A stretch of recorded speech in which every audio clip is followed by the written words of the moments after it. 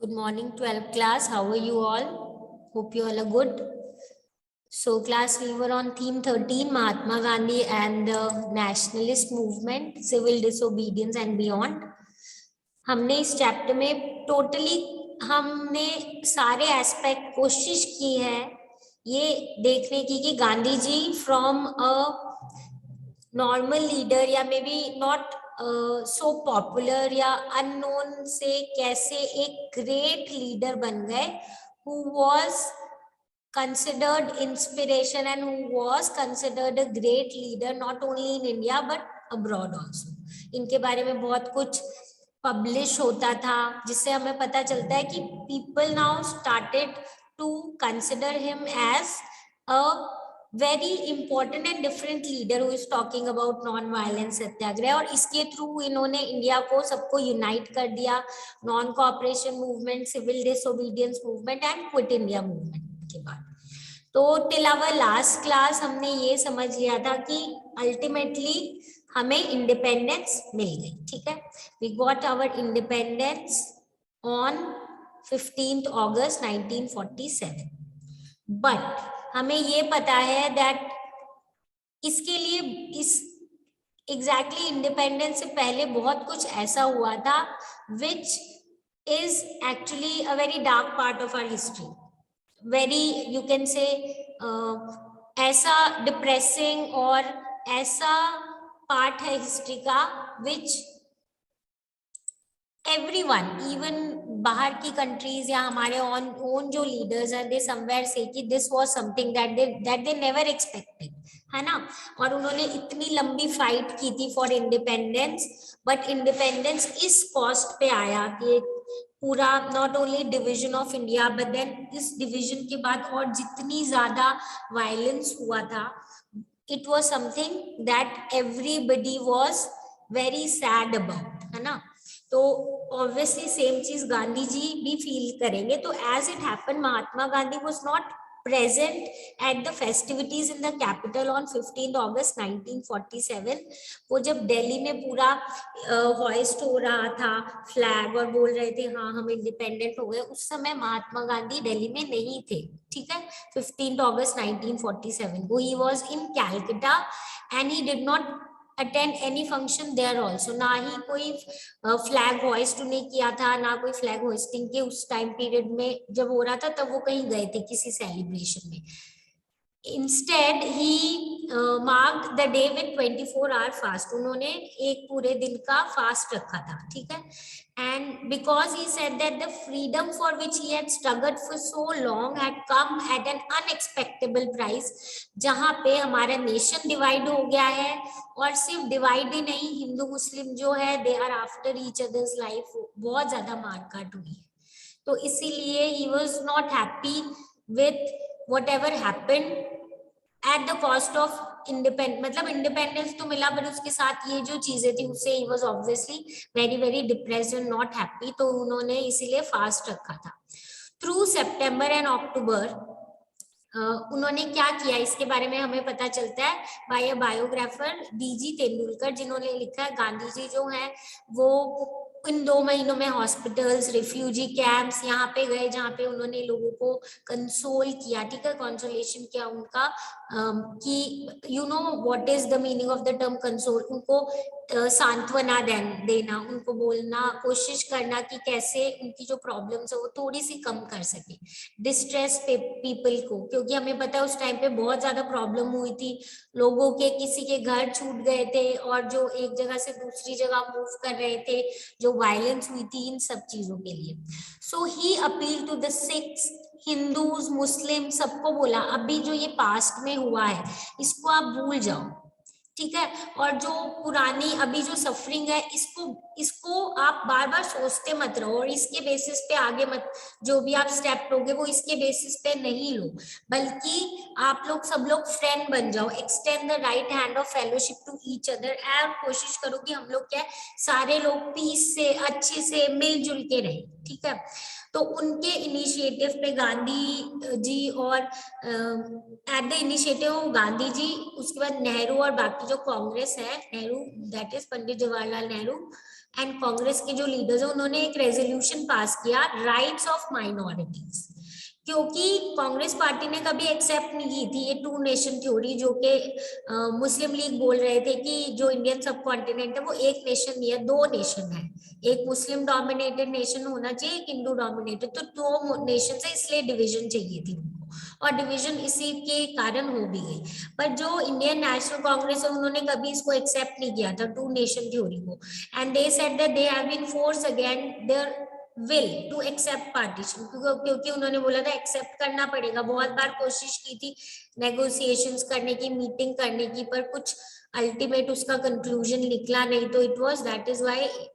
पूरा हमारे डिवीजन हो गया था। But he said it still believed कि India is a land of many religion, बहुत रेसेस हैं और ऐसा ही रहेगा ये, और कोई भी सिचुएशन हो, चाहे पाकिस्तान में कोई भी सिचुएशन हो, बट इंडिया में एक डेमोक्रेटिक और सेक्युलर स्टेट रहेगा जहाँ पे हर रिलीजन को इक्वालिटी दी जाएगी, हर सिटीजन को फुल फंडामेंटल राइट्स दिए जाएंगे, और ये ड्यूटी होगी स्टेट की कि वो प्रोटेक्ट करे हर ग्रुप को इररिस्पेक्टिव ऑफ देयर रिलीजन, जिस भी रिलीजन के हो। और स्पेशली ये कांग्रेस ने बोला कि हम चाहते हैं कि इंडिया में जो माइनॉरिटी ग्रुप है उनको प्रोटेक्ट किया जाए, उनको हम प्रोटेक्ट करेंगे to the best of our ability, ताकि उनके अगेंस्ट कोई अग्रेशन ना हो। ठीक है, बहुत स्कॉलर्स ने इस टाइम पे लिखा था आफ्टर द इंडिपेंडेंस कि ये वाला जो टाइम है ये गांधी जी का फाइनेस्ट आवर था, बिकॉज मतलब here he is also trying to bring some if any way he can console the people, जो उनकी प्रॉब्लम्स थी उनको वो सॉल्व करने की कोशिश कर रहे थे इस टाइम पे। तो ये बोले after working to bring peace to Bengal, उन्होंने बंगाल में पूरा ट्राई किया कि सबको आराम से ये समझा सके कि नहीं अपने को मिलजुल के रहना है, जिनको प्रॉब्लम हुई थी, जिनके अगर कोई लॉस था, उनको कोशिश की कंसोल करने की, समझाने की कि चलो कोई बात नहीं, we will again come together and as Indians again सारा हमारा प्रोग्रेस हो जाएगा। सो ये इन्होंने he try to bring peace to Bengal. उसके बाद वो आए दिल्ली में। जब वो दिल्ली में आए तो उन्होंने यही सोचा था कि he will move on to the riot on districts of Punjab, क्योंकि पंजाब की साइड पे बहुत ज्यादा दंगे, बहुत ज्यादा मारकाट हुई थी, क्योंकि डिवीजन उस एरिया के अगर हम देखें, जो पंजाब एरिया है वो भी तो डिवाइड हो गया था, Punjab a part is here and a part is there in Pakistan. तो जो इंडिया वाला पंजाब वाला एरिया था, उन्होंने बोला वहां पे जाके भी I want to visit it. While in capital में जब अभी तो दिल्ली पहुंचे थे, while in capital his meetings were disrupted by refugees who objected to reading from the Quran or shouted slogan asking why he did not speak of the suffering of those Hindus and Sikhs still living in the Pakistan। पर इस time तक अब है ना एक section, एक बहुत बड़ा सेक्शन जो है वो गांधी जी के आइडियोलॉजीज के अगेंस्ट हो गया था। तो जब भी गांधी जी कोई भी मीटिंग करने की कोशिश करते थे कैपिटल में, तो ये रिफ्यूजीज आ जाते थे, ये बोलते थे कि आप सिर्फ एक ही ग्रुप को सपोर्ट कर रहे हो, हम ऑब्जेक्ट करते हैं कि कुरान की रीडिंग क्यों कर रहे हो, क्यों हो रही है यहाँ पे कुरान की रीडिंग। और वो बोल रहे थे कि आप जो पाकिस्तान में हिंदू और सिख रह गए हैं, उनकी जो प्रॉब्लम्स है, उनके साथ जैसे उनकी जो सफरिंग्स है, उससे रिलेटेड आप कुछ बोल ही नहीं रहे। ठीक है, and then in fact as D.G. Tendulkar writes, Gandhiji was equally concerned with the suffering of the minority community in Pakistan. He would have liked to be able to go there to their support, उनका थोड़ी problem को solve करने के लिए, but with what face would he go there when he could not guarantee full redress to the Muslims in Delhi। तो वो बोल रहे थे, डीजी तेंदुलकर ने ये लिखा कि गांधी जी चाहते थे कि जो पाकिस्तान में माइनॉरिटी कम्युनिटी है, यानी कि जो हिंदूज और सिख्स की कम्युनिटी है, उनको जाके थोड़ी सी हेल्प करे, उनकी प्रॉब्लम्स को सॉल्व करने की कोशिश करे, उनको भी कंसोल करे, उनको भी हेल्प करे। पर वो बोले वो किस मुंह से जाएंगे वहां,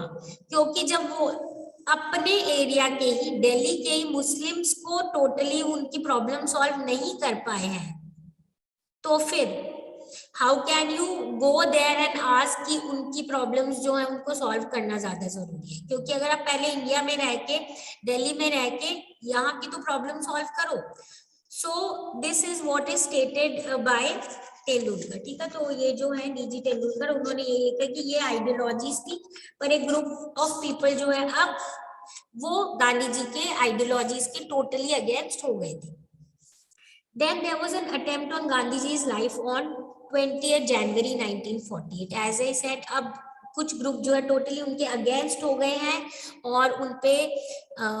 उनके ऊपर अटैक का अटेम्प्ट हुआ था 20th जनवरी 1948 को, बट उनको कोई फर्क नहीं पड़ा, बिना डरे और बिना कुछ आगे सोचे वो अपना जो भी उनका मूवमेंट है उसको वो कंटिन्यू करते रहे। उसके बाद क्या हुआ यहाँ पे हम देखते हैं। After that, what happened? He on 26 January he spoke at his prayer meeting how that day had been celebrated in the past at Independence Day. 26 जनवरी को 1948 के अराउंड ही वो गए और जो मीटिंग थी उसमें उन्होंने बोला 26 जनवरी अपना बहुत इंपॉर्टेंट डे है। क्यों इंपॉर्टेंट है? क्योंकि अगर याद हो जब कांग्रेस ने ये डिसाइड किया था कि हम पूर्ण स्वराज की मांग करेंगे और 26 जनवरी 1930 को अपना इंडिपेंडेंस डे सेलिब्रेट करेंगे, उसके बाद हमने मेजर डिसीजंस लिए थे पूर्ण स्वराज के लिए और ट्राई भी किया था, तो इसलिए इस डे की इंपॉर्टेंस बनाई। अब ये बोल रहे हैं कि अब जब हमें फ्रीडम मिल गया है तो अभी ये जो पहले कुछ मंथ्स हैं बस फ्रीडम मिलने की बात है, ये एकदम वैसे नहीं है जैसे हमने सोचा था। मतलब दीज आर एक्चुअली, ऐसा तो उन्होंने सोचा ही नहीं था, इन्होंने यही सोचा था कि अपना अच्छा है, अपने को इंडिपेंडेंस मिलेगा और and everything will be so good for us, self अपना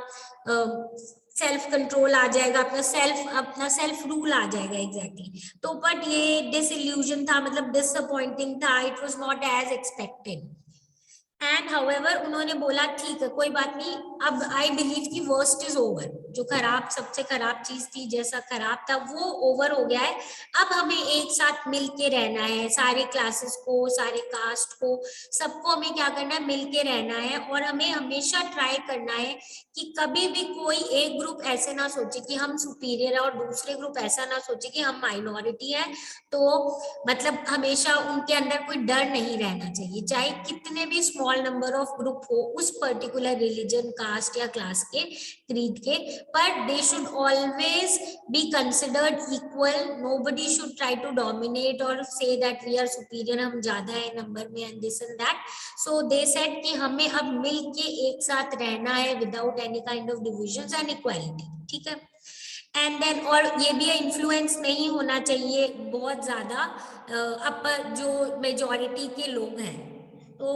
एज आई सेड, ना डोमिनेशन होना चाहिए, ना सुपीरियोरिटी होनी चाहिए, सबको इक्वालिटी होनी चाहिए, मेजॉरिटी हो चाहे माइनॉरिटी हो, कितने भी कम नंबर ऑफ पीपल हो, किसी भी क्लास क्रीड जो भी हो, एवरीवन शुड बी इक्वल। इन्होंने ये बोला ठीक है ज्योग्राफिकली और पॉलिटिकली इंडिया अब डिवाइड हो गई है, बट फिर भी ई सेड कि हम लोग फ्रेंड्स हैं, ब्रदर्स हैं, और मैं एक्सपेक्ट करता हूँ कि एक दूसरे की हम रिस्पेक्ट करेंगे, ताकि एट द यू कैन से, अगर हम इसको समझना चाहे वो यही कह रहे हैं हमेशा अगर फ्रेंडली रहेंगे, हमेशा एक दूसरे का सपोर्ट करेंगे, तो क्या होगा, कोई बाहर का आके हमारा एडवांटेज नहीं ले पाएगा। Nobody will be, no outsider will be able to take advantage of the difference between these two nations, जो पहले इंडिया ही थी, इंडियन सब कॉन्टिनेंट थी। तो इन्होंने बोला ज्योग्राफिकली पॉलिटिकली डिवाइड हो गया, but at heart we shall ever be friends and brothers, helping and respecting each other, ठीक है। और बाहर वालों के अगेंस्ट हम हमेशा एक रहेंगे, हमें हमेशा एक ही रहना चाहिए, ठीक है।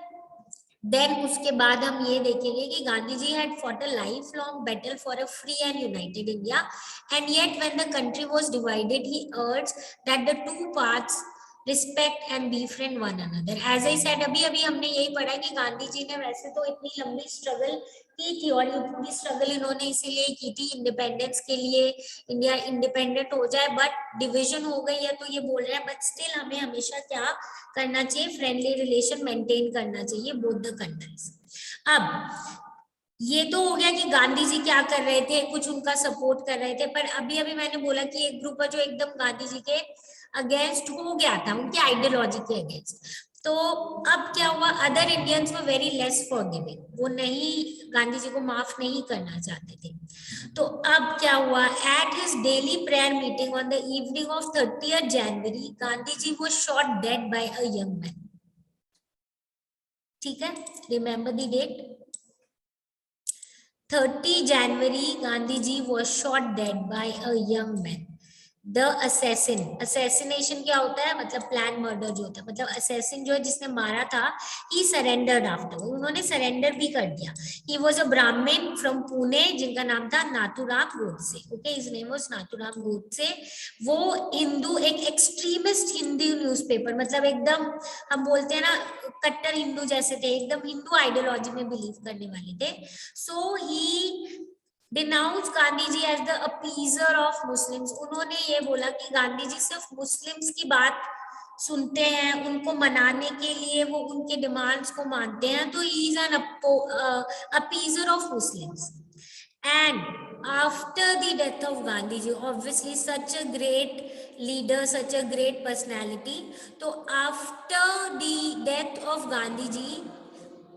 It led to extraordinary outpouring of grief. लोग जो है बहुत ज्यादा अपसेट थे and people were, you can say, in deep sorrow. So now obviously Gandhi ji's death brought great sorrow all over India, outpouring of grief, लोग बहुत ज्यादा दुखी थे, बहुत ज्यादा लोग उनको ट्रिब्यूट दे रहे थे ऑल ओवर इंडिया। बट सबसे बड़ी बात, पॉलिटिकल स्पेक्ट्रम का मतलब क्या, अलग अलग पॉलिटिकल पार्टीज, चाहे उनके आइडियोलॉजीज के अगेंस्ट थे या मानते थे, बट सारे लोग जो उनको बहुत ट्रिब्यूट दे रहे थे, because we know he was the great leader. ठीक है, एंड लोग बहुत ज्यादा उनको अप्रिशिएट कर रहे थे, जो इंडिया ही नहीं इंटरनेशनली भी जो लोग हैं वो उनको एक्नॉलेज कर रहे थे। We have few name that are mention, जैसे कि George Orwell, Albert Albert Einstein जैसे, मतलब उनकी एप्रिसिएशन इस टाइप से हो रही थी इंटरनेशनल फिगर्स के टाइप। इसके अलावा एक और चीज जो हम देखेंगे, time magazine which had once mocked Gandhi ji, हमने पढ़ा था कि उन्होंने कैसे लिखा, ये एक पतला दुबला सा आदमी है, ये क्या मूवमेंट करेगा, इस टाइप की जो उनकी आइडियोलॉजी थी, जिसने एक बार मॉक किया था गांधी जी के फिजिकल साइज पे, और बोल रहे थे इनके आइडियाज बड़े नॉन रैशनल आइडियाज, क्या नॉन वायलेंस सत्याग्रह ये सब। अब ये इनके मार्टरडम का क्या मतलब होता है, शहीद होने को, they are comparing it to Abraham Lincoln. हमें पता है Abraham Lincoln a very respected leader, and obviously वो अपने लीडर से इनको कंपेयर करें, ये कह रहे हैं जैसे बायगॉट कौन होता है, जो है ना जिसकी आइडियोलॉजी बहुत, मतलब एक किसी पर्टिकुलर की तरफ बहुत ज्यादा आइडियोलॉजी होती है और इतना ज्यादा बिलीफ होता है कि वो दूसरों को इतने रैशनली देख नहीं पाते हैं, तो एक ही पॉइंट ऑफ व्यू से देखना है, एक की तरफ बहुत ज्यादा क्या होना, पार्शियल जैसे होना, या एक आइडियोलॉजी पे बड़ी स्ट्रिक्टली जैसे बिलीव करना। तो जैसे एक बायगॉट अमेरिकन ने लिंकन को मारा था क्योंकि वो भी ये बिलीव करता था कि सारे ह्यूमंस इक्वल नहीं है रेस और स्किन कलर में, जैसे कि लिंकन बिलीव करते थे वैसा वो नहीं बिलीव करता था, इसलिए उन्होंने मार दिया था उनको। उसी तरीके से एक बायगॉट जो कि हिंदू था, उसने गांधी जी को इसीलिए मार दिया था क्योंकि उसको लग रहा था कि फ्रेंडशिप पॉसिबल नहीं है अलग अलग रिलीजन के लोगों में। एंड जो टाइम है उसमें टाइम ने ये भी लिखा था, the world knew that it had in a sense too deep too simple for the world to understand, connived at his Gandhi ji death as had connived at Lincoln's। मतलब ये जो लॉस हुआ है ये हम ओपनली या क्लियरली किसी को भी समझ नहीं आएगा, मतलब जिस तरीके से मतलब इस डीप सेंस में जिस अगर हम डीप सेंस में देखें ये एक बहुत बड़ा लॉस है और very difficult to explain in word कि कितना बड़ा लॉस है। जैसे अब्राहम लिंकन की डेथ के बाद हमें हुआ था उसी टाइप का एक बहुत बड़ा इवेंट हुआ है इंडिया में, जहां पे क्या हुआ, गांधी जी को मार दिया गया है। ठीक है, सो हियर वी सी कि किस टाइप का यहाँ पे ये डेवलप हुई है कि लोग कैसे after the death of Gandhi it is considered as he is मतलब as a world leader, a loss of a world leader from the world, ऐसे इसको सेलिब्रेट किया So here we see now Gandhiji, who was earlier totally unknown, is now considered one of the greatest personalities compared to few of the greatest leaders of the world. वो countries इनको recognize कर रही हैं जो पहले इनको कुछ इतना importance देती ही नहीं थी, और सिर्फ अपने कंट्री और अपने लीडर्स को ऑब्वियसली लोग बहुत इंपॉर्टेंट समझते हैं, उनसे कंपेयर कर रहे हैं, ग्रेट लीडर्स से कंपेयर कर रहे हैं. That is you can see कि कैसी एक ग्रेट पर्सनैलिटी बन गए थे गांधी जी. ठीक है. And this is one picture that is shown in your book on your page number 366. यहाँ पे आप देखोगे कि महात्मा गांधी की डेथ के बाद ये दिखा रहे हैं कि महात्मा गांधी को एक गॉड के जैसे दिखाया हुआ है, एंड एक यूनिफाइंग फोर्स है, पूरे इंडिया को इन्होंने यूनाइट किया था नेशनल मूवमेंट के टाइम पे. देन एट ये जो इनका फ्यूनरल पायर है, यहाँ पे आप देखोगे कि एक साइड पे जवाहरलाल नेहरू है, एक साइड पे सरदार वल्लभ भाई पटेल है, जो दो ऑपोजिट आइडियोलॉजीज को रिप्रेजेंट करते हैं जो इस टाइम पे डेवलप हो गई थी कांग्रेस में. And they are showing their respect to Gandhi ji by folding their hands and from above Gandhi ji is blessing everyone. Okay तो अब उनका ऐसा रिप्रेजेंटेशन इंडिया में हो गया है. One more picture on your page number 365. ये देखो 13.14. यहाँ पे देखो, यहाँ पे ये बोल रहे हैं एक विलेज जहाँ पे बहुत ज्यादा मारकाट और ये सब हुई थी, वहां पे क्या हुआ, गांधी जी आए थे वहां के लोगों से बातचीत करने, उनसे उनकी प्रॉब्लम्स पूछने, और अगर हो सके तो उस हिसाब से सॉल्यूशन निकालने, and to tell them that now we all should be united and work for India's progress. So this is, you can say, one part that a big history and comes to an end with the assassination of Mahatma Gandhi. Okay, and but obviously हमारा India के great leaders were there who will move on India, and we are obviously now moving towards progress. अब before winding of this chapter we should know कि हमने जितना भी बात किया है about महात्मा गांधी, हमें वो information कहाँ से मिली, sources क्या है. So we will talk about the sources and the evidences through which we have reconstructed the personality, his political career, ideology, कैसे उन्होंने क्या क्या किया था, सारे पर्सपेक्टिव्स हम देखेंगे, ऑफिशियल रिकॉर्ड्स भी, अनऑफिशियल जो उन्होंने लेटर्स लिखे थे, एंड इनके बारे में हम डिटेल में पढ़ेंगे. Will talk about the public voice and will talk about the private scripts. Then we will talk about how his ideology was framed. He was considered one particular person with certain ideology. फिर लोग उनको उनके बारे में क्या सोचते थे. अब फ्रॉम पुलिस आइज क्या था, पुलिस आइज क्योंकि बहुत मूवमेंट में पार्टिसिपेट किया था, अरेस्ट हुए थे, तो ऑब्वियसली उनके लिए बड़ी सारी एफआईआर में उनसे रिलेटेड मेंशन होगी, और कोई ऑफिशियल रिकॉर्ड्स में कि वो क्या कर रहे हैं, because British wanted to know about that. वो सारी चीजें हैं, ये सारी चीजें. And then finally from newspapers और जितने भी सोर्सेज हैं उनसे हमें पता चल जाएगा कि हम जो आज गांधी जी के बारे में जानते हैं और क्या क्या उन्होंने किया था, उससे रिलेटेड ये सारी चीजें हमें कैसे पता चली. We will also go through the real sources जिनको हम पढ़ेंगे और समझेंगे. Yes, what did Mahatma Gandhi did and what was his thought and ideologies. Okay, with this then finally we will do the important events ka ek recap, and we will be able to wind up the chapter. So this is it for today. If you have any doubt with the topics that we have covered, do come back with your doubts and we'll discuss and solve it. So now see you all in the next class.